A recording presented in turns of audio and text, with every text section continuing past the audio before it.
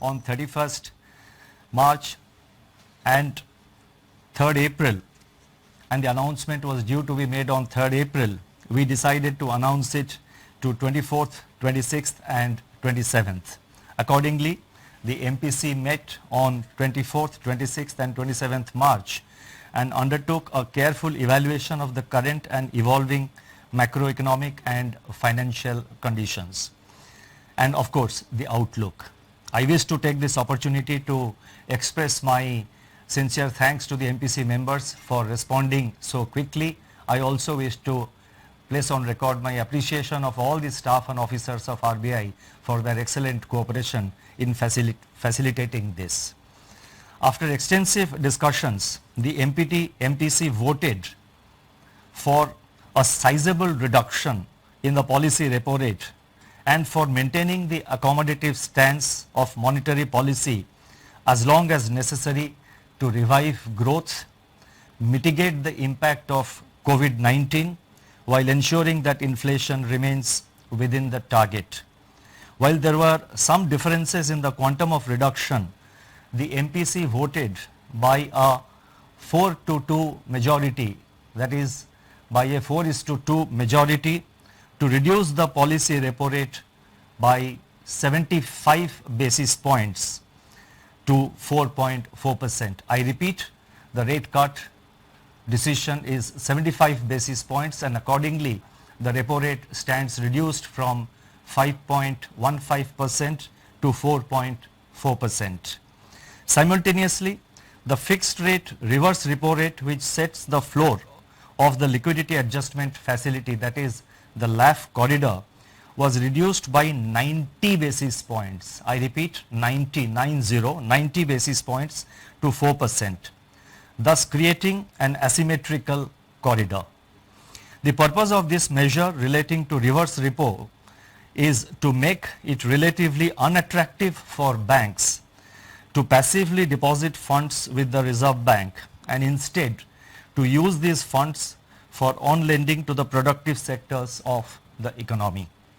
It may be recalled that during the month of March so far, the banks have been parking close to rupees 3 lakh crore on a daily average basis under the reverse repo, even as the growth of bank credit has been steadily slowing down. This decision and the advancement of the MPC has been warranted by the disruptive force of the coronavirus. It is intended to 1. Mitigate the negative effects of the virus, 2. To revive growth, and above all, number 3, to preserve financial stability.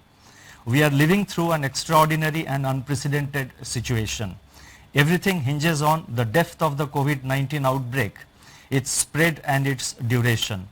Clearly, a war effort has to be mounted and is being mounted to combat the virus, involving both conventional and unconventional measures in a continuously battle-ready mode. Life in the time of COVID-19 has been one of unprecedented loss and isolation.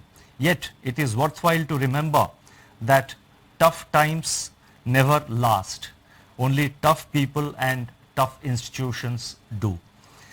In the recent period, Reserve Bank has been in action on a daily basis with efforts to alleviate financial stress, build confidence and keep the financial system sound and functioning. And we have taken a number of steps over the last 1 month or so since the conclusion of the last MPC meeting. In my statement, I have listed out the measures which have been taken. For the sake of time, I am not reading it out.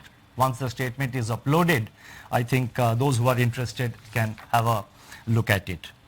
Let me assure that the Reserve Bank is at work and in mission mode, monitoring the evolving financial market and macroeconomic conditions and calibrating its operations to meet any need for additional liquidity support as well as to undertake other measures as may be warranted. It is our effort to ensure normal functioning of the markets, nurture the impulses of growth and preserve, I repeat, and preserve financial stability. Incidentally, we have in RBI quarantined 150 members of our staff and service providers together with the IT facilitators and the entire IT facility as a part of our business continuity plan. The plan was prepared and executed in a matter of days. The MPC noted that global economic activity has come to a near standstill as COVID-19 related lockdowns and social distancing are imposed across a widening swath of affected countries. Expectations of a shallow recovery in 2020 from 2019's decade low in global growth have been dashed. The outlook is now heavily contingent upon the intensity, spread and duration of the pandemic. There is a rising probability that large parts of the global economy will slip into recession.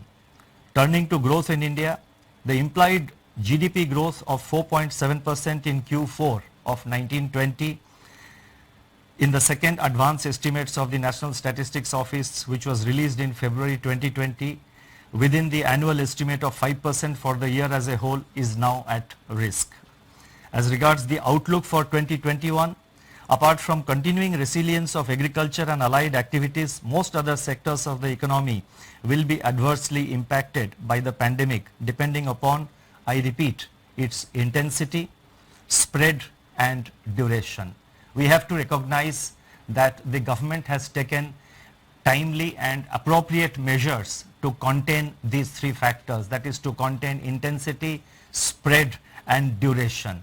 And let us all cooperate with the measures announced by the government to deal with the problem, to prevent the spread of coronavirus, to contain it and win this war. If COVID-19 is prolonged and supply chain disruptions get accentuated, now these are risk factors which I am listing out. It all depends how we respond to the situation. I am just listing out the risk factors. Only time will tell how effectively we have acted as a nation and how effectively we have been able to contain the spread of coronavirus and how effectively we have been able to restrict its adverse impact on our growth. So if COVID-19 is prolonged and the supply chain disruptions get accentuated, the global slowdown could deepen with adverse implications for India. The slump in international crude prices could, however, provide some relief in the form of terms of trade gains. Downside risks to growth arise from the spread of COVID-19 and prolonged lockdowns. Upside growth impulses are expected to emanate from monetary, fiscal and other policy measures and the early containment of COVID-19. As regards inflation, the prints of January and February 2020 indicate that actual outcomes for the quarter are running 30 basis points above our earlier projections, reflecting the onion price shock. Looking ahead, food prices may soften even further under the beneficial effects of the record food grain and horticulture production, at least till the onset of the usual summer uptick. Furthermore, the collapse in the crude prices could work towards easing both fuel and core inflation pressures depending on the level of pass-through to the retail prices. As a consequence of COVID-19, aggregate demand may weaken and ease core inflation further.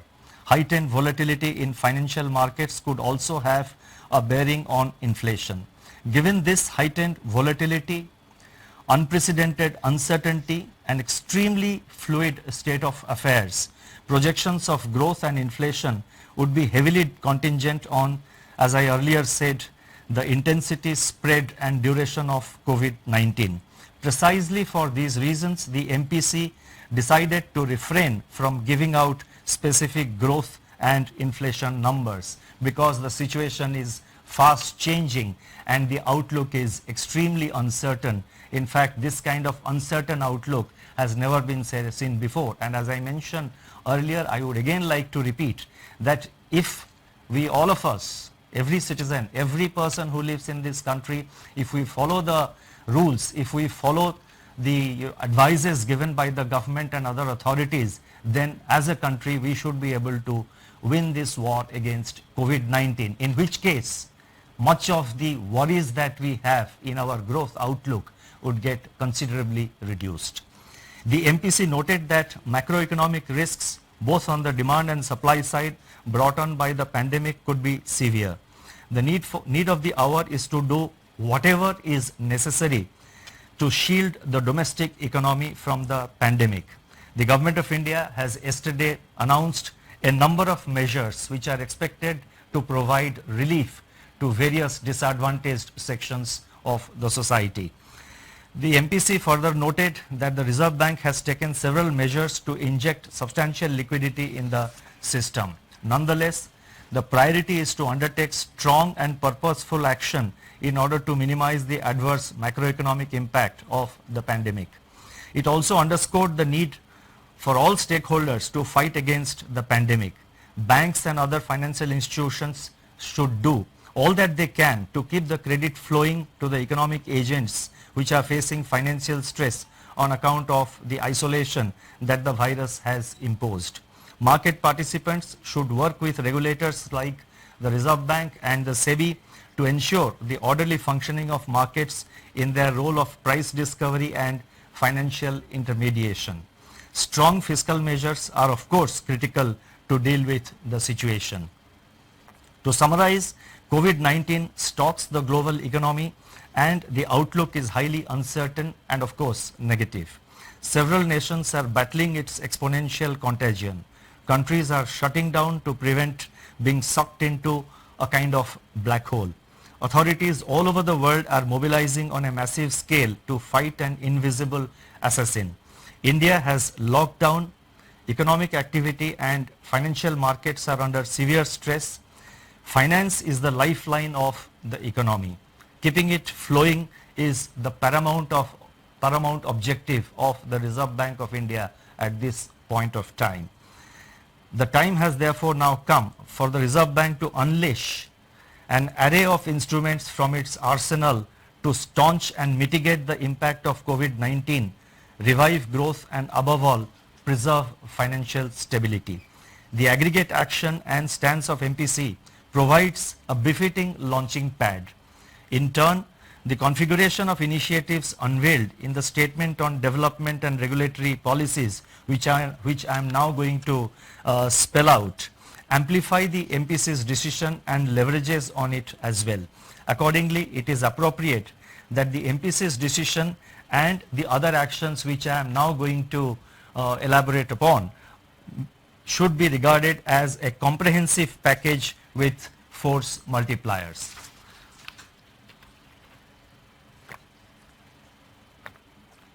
The developmental and regulatory policies can broadly be delineated under four categories. First, measures to expand liquidity in the system sizably to ensure that financial markets and institutions are able to function normally in the face of COVID-related dislocations. Two, steps to reinforce monetary transmission so that bank credit flows on easier terms are sustained to all those who have been affected by the pandemic. 3. Efforts to ease financial stress caused by COVID-19 disruptions by relaxing repayment pressures and improving access to working capital. And 4. Endeavor to improve the functioning of markets in view of the high volatility experienced with the onset and spread of the pandemic. I would announce them in broadly three sections. The first section relates to liquidity measures.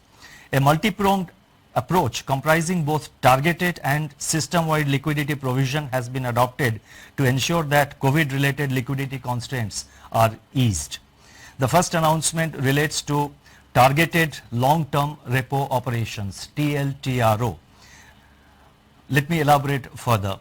Large sell-offs in the domestic equity, bond and forex markets have intensified redemption pressures.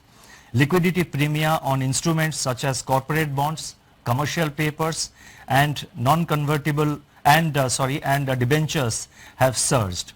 Financial conditions for these instruments, which are used inter alia to access working capital in the face of the slowdown in bank credit, have also tightened. To mitigate the adverse effects on the economic activity leading to pressures on cash flows across sectors, the Reserve Bank will conduct auctions of targeted long-term repos of up to 3-year tenor of appropriate sizes for a total amount up to rupees 1 lakh crore at a floating rate linked to policy repo rate. Liquidity availed under the scheme by the banks has to be deployed in investment grade corporate bonds, commercial paper and non-convertible debentures over and above the outstanding level of their investments in these bonds as on March 25, 2020. Eligible instruments comprise both primary market issuance as well as secondary market purchases, including from mutual funds and non-banking finance companies. Investments made by the banks under this facility will be classified as held to maturity HTM even in excess of 25% of the total investment permitted to be included in HTM portfolio. Exposures under this facility will also not be reckoned under the large exposure framework. The first auction of rupees 25,000 crores under this arrangement will be conducted later today. The relevant notification in this regard is being issued separately. The second announcement under the liquidity measures includes cash reserve ratio, CRR. It is observed that despite ample liquidity in the system, its distribution is highly asymmetrical across the financial system and starkly so within the banking system. To help banks tide over the disruption caused by COVID-19, it has been decided to reduce the cash reserve ratio, CRR, of all banks by 100 basis points to 3% of net demand and time liabilities, that is NDTL, with effect from the reporting fortnight beginning March 28th for a period of 1 year. This reduction in CRR would release primary liquidity of about rupees 1,37,000 crores uniformly across the banking system in proportion to liabilities of the constituents rather than in relation to their holding of excess SLR. Furthermore, taking cognizance of hardships faced by the banks in terms of social distancing of staff and consequent strains on reporting requirements, it has been decided to reduce the requirement of minimum daily CRR balance maintenance from 90% to 80% effective from the first day of the reporting fortnight beginning March 28, 2020. This is a one-time dispensation available up to June 26, 2020. The next announcement relates to marginal standing facility.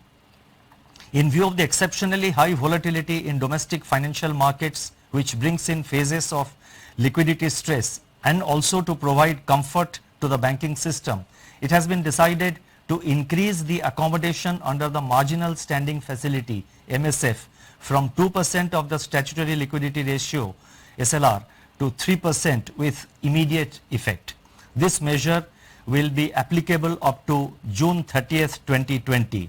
This measure should provide comfort to the banking system by allowing it to avail an additional rupees 1.37 lakh crore, that is 1,37,000 crore of liquidity under the LAF window in times of stress at the reduced MSF rate announced in the MPC's resolution.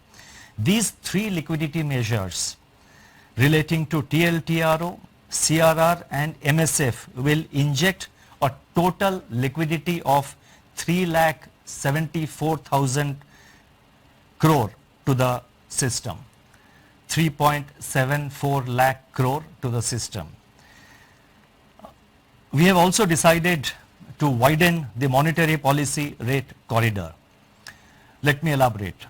In view of persistent excess liquidity, it has been decided to widen the existing policy rate corridor from 50 basis points to 65 basis points. Under the new corridor, the reverse repo rate under the liquidity adjustment facility would be 40 basis points lower than the policy repo rate as against the existing 25 basis points.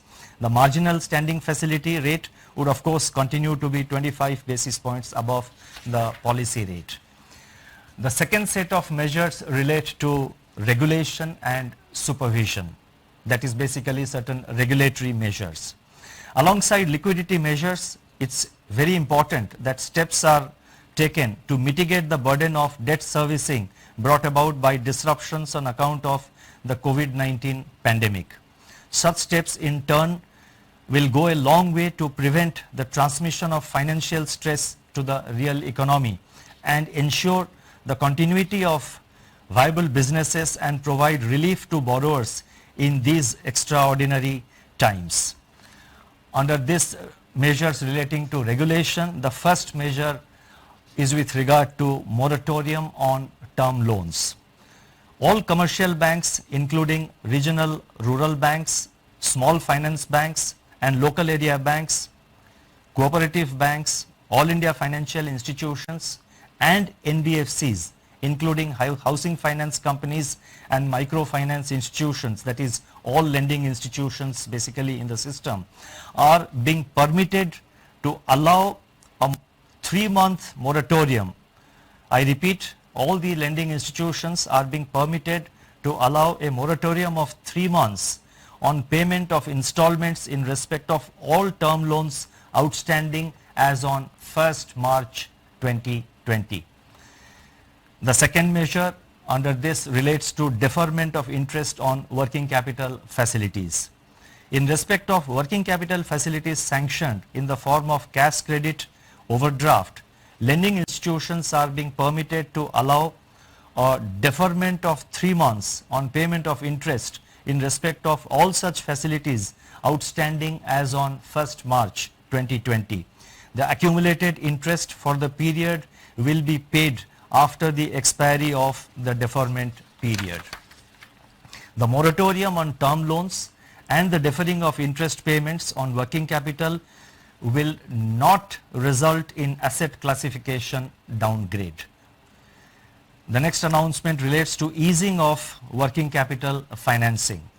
In respect of working capital facilities sanctioned in the form of cash credit, overdraft, lending institutions are allowed to recalculate drawing power by reducing margins and or by reassessing the working capital cycle for the borrowers.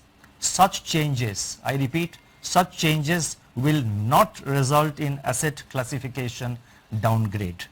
The moratorium on term loans, the deferring of interest payments on working capital and the easing of working capital financing, which I just announced, will not qualify as a default for the purpose of supervisory reporting and reporting to credit information companies by the lending institutions. Hence, there will be no adverse impact on the credit history of the beneficiaries. The next announcement relates to deferment of implementation of net stable funding ratio, NSFR. The net stable funding ratio, which reduces funding risk by requiring the banks to fund their activities with sufficiently stable sources of funding over a time horizon of 1 year in order to mitigate the risk of future funding stress, was required to be introduced by the banks in India from 1st April 2020. It has now been